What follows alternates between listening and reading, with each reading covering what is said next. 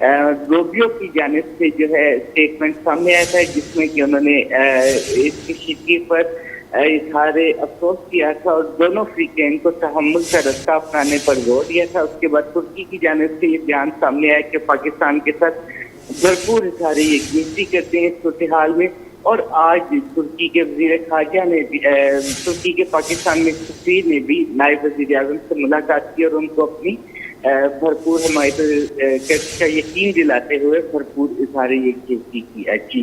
اچھا انور عباس، یہ بھی خبر وائرل تھی اور میڈیا پہ چل بھی رہی تھی کہ بھارت کی جانب سے عرب ممالک کے حکمرانوں سے بھی رابطہ کیا جا رہا تھا جنگ کو روکنے کے حوالے سے. اس حوالے سے کیا ڈیٹیلز ہیں؟ بنیادی طور پر دونوں ممالک جو ہیں اس صورتحال میں، اس تناؤ کی صورتحال میں عالمی حمایت کے حصول کے لیے سرگرم ہوتے ہیں. دونوں کی جانب سے ایسی حکمت عملی بنائی جاتی ہے، ایسے رابطے کیے جاتے ہیں مختلف ممالک کی طرف سے، اور یقینی طور پہ بھارت کی جانب سے بھی مختلف ممالک سے رابطے کیے جا رہے ہیں. اور بھارت اور پاکستان دونوں کی جانب سے اس تناؤ میں کمی کے لیے اور دونوں کی جانب سے صورتحال میں اس تناؤ کو کم کرنے کی شدگی کو کم کرنے کے حوالے سے بھی مختلف چیزوں پر مشاورت جاری ہے دونوں مختلف ممالک کے ساتھ. اور اس کی یہ جو رابطے کیے جا رہے ہیں بھارت کی جانب سے بھی جو عرب ممالک کے ساتھ مشرق وسطیٰ کے ممالک کے ساتھ جو رابطے ہیں یہ بھی اسی سلسلے کی ایک کڑی ہے. جی اچھا انور عباس، اگر جنگ کی بات کریں تو تھوڑا سا اپنے ناظرین کو بتائے گا کہ کتنا نقصان اٹھانا پڑ چکا ہے بھارت کو، اور کشیدگی کی صورتحال کے حوالے سے بھی تھوڑا سا بتائے گا کہ کیا ایل او سی پر صورتحال جو ہے وہ کنٹرول میں ہے، اور دونوں اطراف سے کیا ابھی صورتحال وہ کنٹرول میں ہے یا پھر کشیدگی کی صورتحال برقرار ہے؟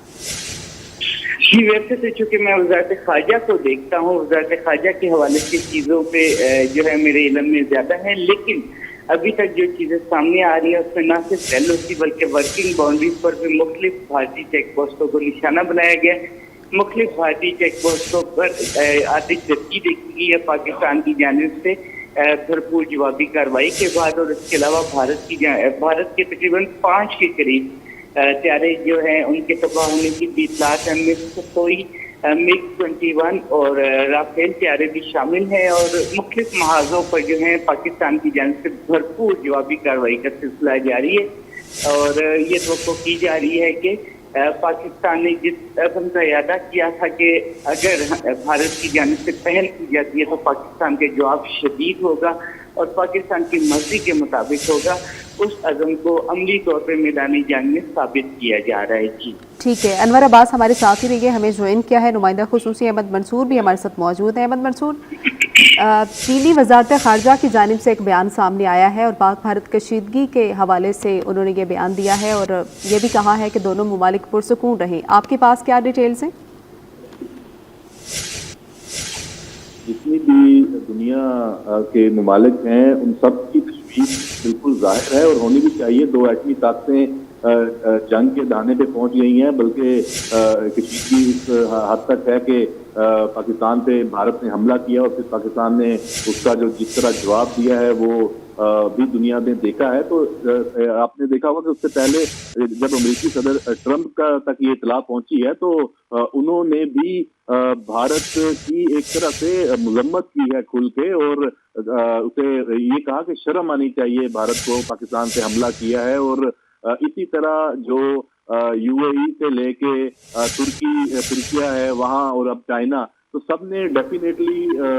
دونوں جو ممالک ہیں ان کو ایک تو کہنا ہے کہ وہ اس طرح جو اپنے آپ کو تھوڑا اس جنگ سے تھوڑا بچا کے رکھیں. دوسرا پاکستان کی جو حمایت ہے چائنا کی طرف سے وہ اس بیان میں بھی واضح ہے. پاکستان کے ساتھ چین ہمیشہ سے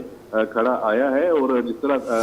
ترکیہ ہے اس کی سپورٹ آئی ہے، تو پاکستان کو سفارتی سطح پہ بھی پاکستان میں جو یہ میدان جنگ ہے یہاں تو انڈیا کو یہ جو رات گزری ہے اس میں شکست دی ہی ہے بھرپور، لیکن سفارتی سطح پہ بھی پاکستان کا جو پلہ ہے وہ بھاری ہے اور بھارت کو اس محاذ سے بھی شکست ہوئی ہے. اس کے ساتھ ساتھ انفارمیشن ڈومین میں تو پاکستان اس 22 اپریل کا پہلگام کا جو واقعہ ہے اس کے فوراً بعد سے ہی بھارت پہ حاوی ہو گیا تھا. اس کے ہر جھوٹ کو بے نقاب کیا، اس کے فالس فلیگ کو بے نقاب کیا، اس کی جتنی غلطیاں ہیں اس کو دنیا کے سامنے اجاگر کیا. اور جو تیاری تھی جنگی میدان میں اس کا جس طریقے سے کہا گیا تھا وہ اب دیکھا ہے، اب تک کی جو اطلاعات ہیں، اور پوری دنیا حیران ہے کہ اس تیز رفتاری کے ساتھ اس اتنی بھرپور مؤثر طریقے سے جو جوابی کارروائی پاکستان نے کی ہے اور بھارت کو کئی گنا زیادہ نقصان پہنچایا ہے۔ جو اس نے پاکستان میں 24 جو مقامات پر یہ 24 حملے کیے ہیں مختلف جگہوں پہ، اور وہ سارے کے سارے سویلین ٹارگٹ تھے، جبکہ پاکستان کی فضائیہ نے، پاک آرمی نے جو فوجی اہداف ہیں بھارت کے، ان کو نشانہ بنایا ہے، ان کو ٹارگٹ کیا ہے۔ 5 جہازوں کا تباہ ہونا بہت بڑی فضائی جنگ میں بہت بڑی بات ہے، اور فضائی جنگ میں پاکستان کی اور پاک فضائیہ کی جو برتری ہے وہ پہلے لمحے سے ہی ثابت ہو گئی ہے۔ اور اب جو خود آپ دیکھ سکتے ہیں کہ جس طیارے پہ مان تھا وہ اس کا رافیل طیارہ، اس کے اوپر